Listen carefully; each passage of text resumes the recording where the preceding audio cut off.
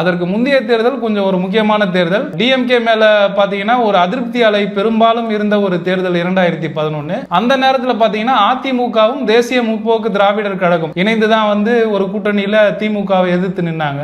அந்த தேர்தலில் பாத்தீங்கன்னா அதிமுக பெரும்பான்மையான வெற்றியும் பெரும்பான்மையான தொகுதியை தேமுதிகவும் கைப்பற்றி இருந்தாங்க. திமுக எதிர்கட்சியா கூட இருக்க முடியல. அப்படி ஒரு சூழ்நிலை தான் அந்த தேர்தலில் இருந்தது. அப்படி இந்த தொகுதியை பார்க்கும்போது அந்த கேண்டிடேட் கூட பாத்தீங்கன்னா கே நல்லதம்பின்றவர் தான், விஜயகாந்தோட ஒரு தீவிர ரசிகர், தேமுதிகல கடுமையா உழைச்ச ஒரு விஜயகாந்த் ஆதரவாளர்.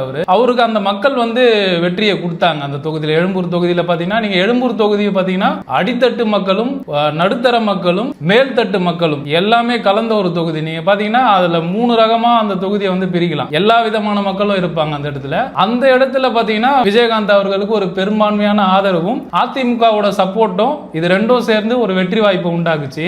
அந்த மாதிரி பார்க்கும்போது நம்ம தொடர்ந்து ஒவ்வொரு தொகுதியும் பார்க்கும்போது 3 முனை போட்டி 4 முனை போட்டி அந்த மாதிரி தான் பார்க்கிறோம்.